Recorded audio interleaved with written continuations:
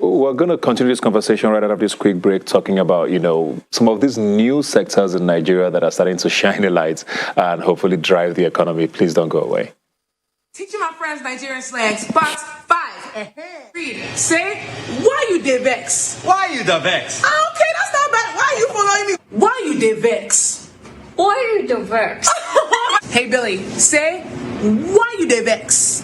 Why you dey vex? Oh my God! Oh no! Hey, this one's my brother. All right, yes, welcome back. Yeah, that's a video from TikTok. If you've been living under a rock, then maybe you've never heard of that term. But yeah, it's a social media app that's gone crazy, gone wild, especially with the lockdown and the pandemics from last year. And yes, social media has become a huge factor and a huge topic of conversation across governments. And so if you're talking about the economy, you have to sort of factor it in. And I have here with me a TikTok sensation, Nigerian Drea Knows Best is her name on TikTok. You have 5.3 million followers on TikTok. That's more than some countries' populations. Yeah. How long did it take you to build that, first of all? Honestly, just took me one day. I'm just kidding. No, it took me a while. Lots of hard work, consistency. I saw the video you played. Making people laugh. And gradually, just people coming to my page. Yeah. And I've been doing this for content creation for like 7 years now. So I'm not. When did you get on TikTok? I got on TikTok when it became TikTok, so like a year and a half ago. 2 years now. 2 years now. And you have 5.3 million followers. Most times you find people with that many followers on social media, they're either celebrities or people in government or politics. What did you think you did that made you garner that sort of a following? Because these questions are important for me, because a lot of people who want to, probably follow your footsteps and be like you. What did you do differently, you think?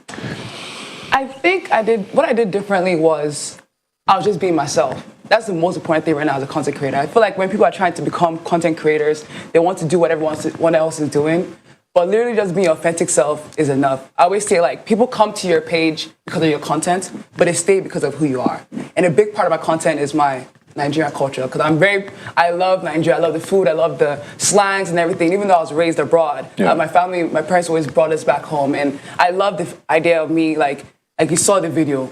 One of the girls was Asian, one of them was Chinese, one of them was a white guy, and they're learning Nigerian slangs. I mean, the opportunity to be able to amplify culture is like the big deal. So I think what I did differently was definitely just being myself and splashing my culture in there, so people are just like, I want to learn more. I want to laugh sometimes. I want to Yeah, I like the fact that you talked about content creation there, because content creation or being a content creator is a job now. Yeah. And for a lot of people, they still don't get it. People don't even take content creators seriously sometimes. So what do?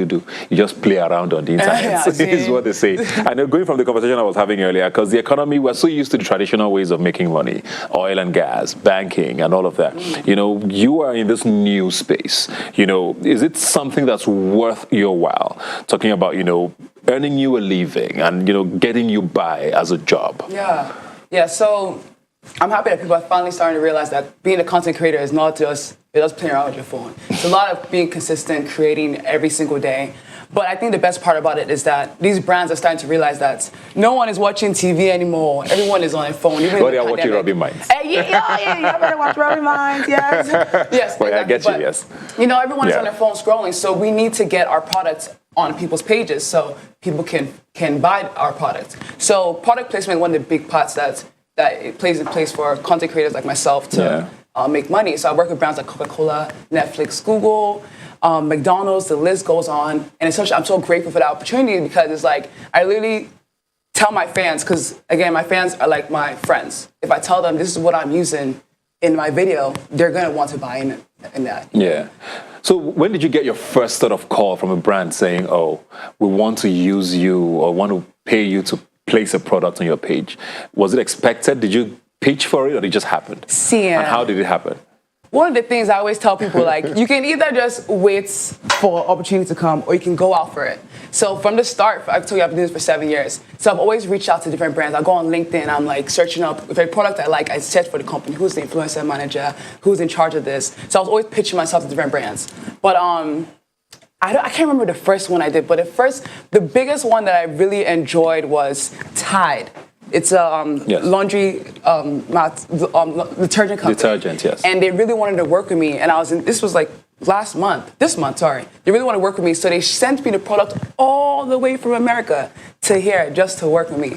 And because they were like, we love her personality, we love how authentic she is, we love how she can just naturally implement our product into her content, we have to send it to her. I said, hi. Thank you. It's good that people recognize my talent, you know? So it was really cool. So that's one of the moments I'm like, this is worthwhile. Yeah. That I can work anywhere in the world. I can be in Asia one day, I can be in South America, I can be in America, I can be wherever, and I'm still able to do what I love. Yeah. You know? I mean, all of this, you're Nigerian. Yes. And there's always this perception of Nigerian parents not particularly enjoying non-traditional jobs or, you know, occupations. How's your family taking what you do for a living? And you have like friends who are also content creators and who probably have had issues with convincing family to say, okay, this is what I want to do. And how did they go about it? Took a while. So my background, let me bust your head. My background is in engineering. I'm an industrial engineer by paper. I actually worked as an industrial engineer. So my parents were so proud. My daughter is an engineer, female engineer, which of course I'm so proud of that. But then when I segmented into content creation, it took them a long time to really realize, like, why are you just pressing your phone, always recording things? What is going on? Until like opportunities like this, I'm on TV. Talking about what I do, what I love, and how I positively impact people's lives. Like when I was growing up, when I was young, I wrote in my diary like, God, you've given us so much talent. Help me to realize what these talents are slowly, and help me to be able to use this to positively impact people and myself. And 5.3 million people follow me. I amount of time I get messages like, I was going through depression, but I watched your videos and it made me laugh. I didn't even realize that you know, I didn't realize the type of impact that I have. And my parents are starting to see that, and they're already in. They love what I do. My dad is always, my daughter has 5.3 million followers. What does your daughter have? That kind of stuff. So it's like, it's a blessing, you know, and... So, I mean, we're in the middle of a pandemic, you know, the lockdown happened, it's been really deadly, lots and lots of people have passed away. But content creators, and like I said, TikTok seem to be the one sector where, you know, things thrived through all of that. Was it harder to create content in that time, you know, with the lockdown? And some people are still in lockdown across the world even, you know.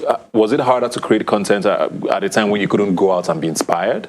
Or was it easier because, you know, you had a lot of time to yourself? How did it work?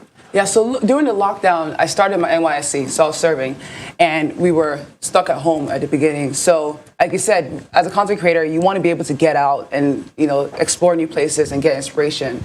But the pandemic forced us to just adapt to what we're going through. So I'll like grab my dad and say, hey dad, there's this TikTok trend, I want you to do it with me. He's like, oh, okay.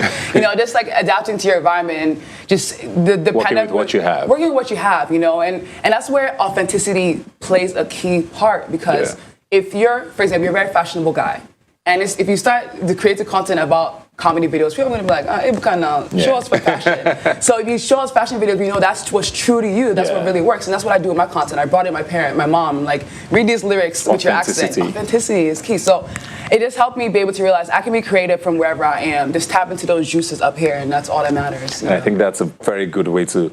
Authenticity, I think that's a very good word that you use there, so that people know that it doesn't take copying, you know, to be a great... You're good enough. What's the page on TikTok?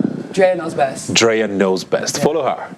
She's hilarious and she's really good. Thanks a lot for being here today, and looking forward to all the great content you're going to be creating. Thank you. We'll take a break and be right back.